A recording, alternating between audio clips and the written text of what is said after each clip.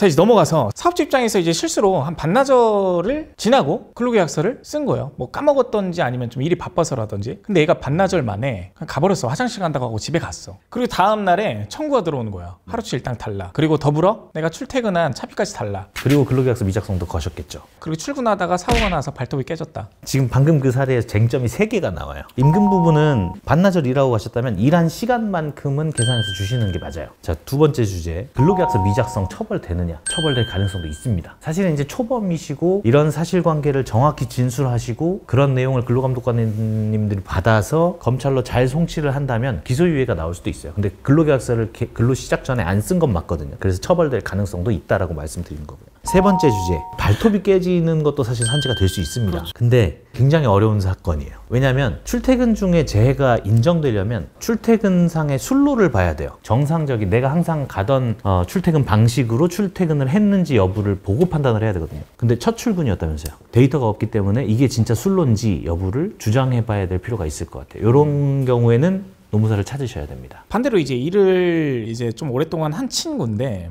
근로시간이 끝났어요. 끝났음에도 불구하고 뭐 연장근로라는 게 있으니까 연장근로를 하면 또 연장근로 수당이 나올 것이고, 그래서 이제 사업주 입장에서는 일할 게 더 이상 없을 것 같으면 이제 좀 가는 게 좋을 것 같은데 라고 해서 너 좀 들어가는 게 어때? 라고 했는데 안 들어가. 일이 없는데도.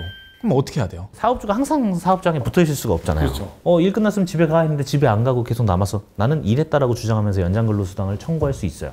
이렇게 청구하는 경우에는 회사 입장에서 굉장히 난감한 상황에 이를 수 있어요. 그 시간에 그럼 거기서 뭐 했겠냐, 일했지 않겠냐, 일이 없는데 왜 남아서 내가 회사에 있겠냐, 이렇게 주장할 수 있거든요. 근데 이제 노동청에서도 연장근로가 존재하느냐 여부를 판단할 때는 일단 그 시간에 거기 있었냐, 사업주의 지시에 의해서 업무를 그 시간에 했느냐, 이런 것들을 다 따져서 봐요. 그렇기 때문에 그분이 만약에 일이 없는데도 그냥 남아만 있고 뭐 인터넷 쇼핑을 하셨다거나 이랬으면 근로로 인정받기 어려울 수 있어요. 그래서 그렇게 큰 걱정은 안 하셔도 되는데 불편하죠. 그래서 제가 보내라 라고 말씀드리는 거예요. 큰 기업들이나 이런 데들은 컴퓨터가 그냥 셧다운 됩니다. 일할 수 없게. 그 산재라는 게 있잖아요. 근데 당연히 근로시간에 뭐 무슨 사고가 발생되면 산재겠지만 집에 갔어요. 휴일이에요. 일요일 날. 근데 업무 카톡이 넘어와서 스트레스로 쓰러졌어요.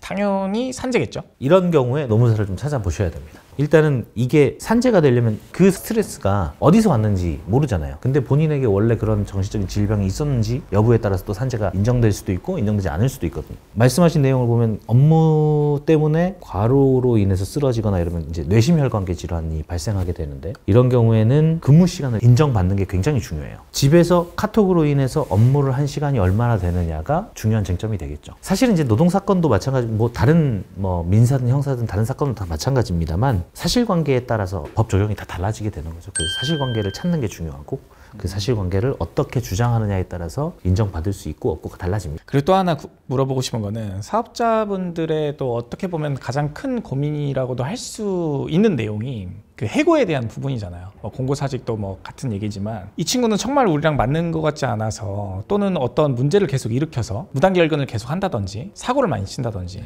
해고를 하고 싶은데 어떻게 해고를 할 수 있는 방법이 있나요? 일단은 우리 근로기준법에서 정하고 있는 해고는, 해고를 위해서는 정당한 사유가 있어야 돼요. 그 정당한 사유는 아까 말했듯 사회통념상 더 이상 근로관계를 지속할 수 없을 정도로 근로자의 귀책 사유가 있는지. 바꿔 말하면 내가 생각해도 요건 잘려도 될 것 같아 라고 생각하면 그거는 정당한 해고예요. 그렇지 않고서는 해고를 통보를 하고 한 달을 있어야 되나요? 해고는 일단 30일 전에 해고 예고를 해야 돼요. 만약에 해고 예고를 안 하고 해고를 하게 되면 30일치의 통상임금을 줘야 돼요. 요게 흔히들 말하는 해고수당이에요. 자, 그리고 마지막으로 정당한 해고를 위해서는 절차적으로 서면으로 해고 통지서를 교부하셔야 돼요. 문자 안 됩니다. 이메일 안 되고요. 최근에 이제 이메일 해고 통지의 효력을 인정한 판례가 있긴 해요. 근데 아직도 저희는 안내를 드릴 때 페이퍼로, 하드카피로 서면으로 교부해라 라고 말씀을 드리고 있어요. 예를 들어서 카톡으로 해고 통보를 받은 근로자가 이 법을 알고 나중에 뭐 실업급여 뭐 이것저것 다 받고 이걸 또 걸고 넘어졌어요. 충분히 그럴 수 있죠. 네, 그럼요. 문자로 혹은 카톡으로 해고 통보를 받았다면 요거 자체가 그냥 부당해고예요. 해고의 서면 통지 의무를 위반한 해고는 해고의 효력이 없다고 해요. 다시 복직할 수 있네요. 네, 바로 복직할 수 있어요. 그리고 일하지 않은 기간 동안에 임금 상당액을 지급받을 수 있고요. 노무사 일 지금 몇 년 하셨죠? 지금 이제 12년도에 붙었으니까 이제 10년 조금 넘었네요. 10년 동안 혹시 기억에 남는 사례 하나 정도? 다 잊으셨으면 얘기 안 하셔도 되고. 많이 잊었네요. 노무사 되려면 어려워요? 요즘 이제 점점 어려워지고 있다고 해요. 경쟁률이 세지는 거예요? 네, 점점 어렵고 특히나 이제 기업에서 노무사를 필요로 하기 때문에 자격증 우대를 좀 많이 해줘요. 대학생들이 특히 공부를 좀 많이 준비를 하시고 저희가 합격된 인원 중에 한 절반 정도는 거의 기업으로 취업을 하세요. 수입은 어떠세요? 벌만큼 법니다. 세무사랑 노무사 누가 돈 좀 많이 벌어요?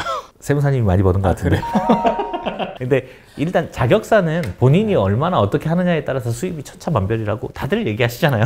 그렇죠.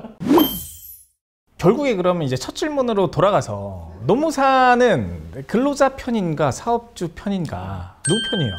저는 개인적으로 중립적인 입장에서 상담을 의뢰하신 분들의 편에서 일을 합니다. 돈 주는 사람 편이에요. 사실 이 질문이 답이 당연한 게 변호사랑 똑같은 것 같아요. 뭐 나한테 의뢰해준 사람을 위해서 당연히 싸우는 거다 보니까 뭐 누구 편이라고 할 수는 없다. 근데 근로자 법은 조금 더 근로자에 좀 치중이 되어 있는 것 같아요. 지금 보니까. 네, 좋은 말씀 감사하고 마지막으로 하실 얘기 있으시면 해주세요. 남소소 많이 사랑해 주세요. 지금까지 돈 주는 사람 편에 서는 노무사님 편이었습니다. 네, 수고하셨습니다.